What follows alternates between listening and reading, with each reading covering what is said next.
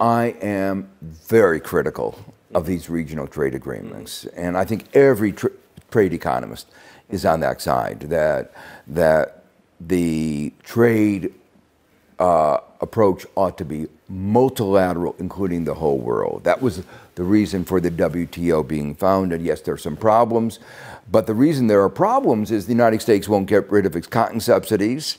These are not inherent problems. These are the fact that some countries are not willing to create a free trade world.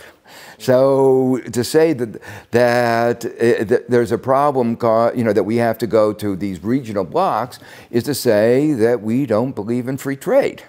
So, and then to say what we want, we're committed to it, is hypocrisy. So why am I concerned with a global system? And this is breaking up the global system. There are several reasons. First, from a view of what is going on in each of them, to some extent, the success of each is based on trade diversion rather than trade creation. Economists have always talked about, and it's very explicit in the case of TPP, that this is China, the major country in Asia, is left out. The United States has said very explicitly who's going to be making the rules for Asia.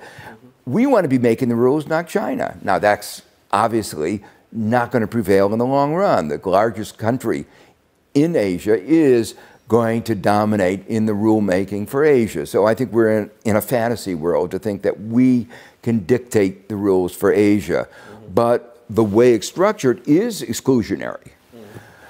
In terms of inequality, there's also a concern. What is the two big regions left out? The big region is Africa, the poorest region in the world. What was the basis of the 2001 agreement to go ahead and create a global trade agreement? It was the new development round. It was to rectify the balances of the past and bring in the developing countries. We've totally reneged on that. And so these agreements are not designed to rectify the imbalances, and they could increase inequalities, global inequalities.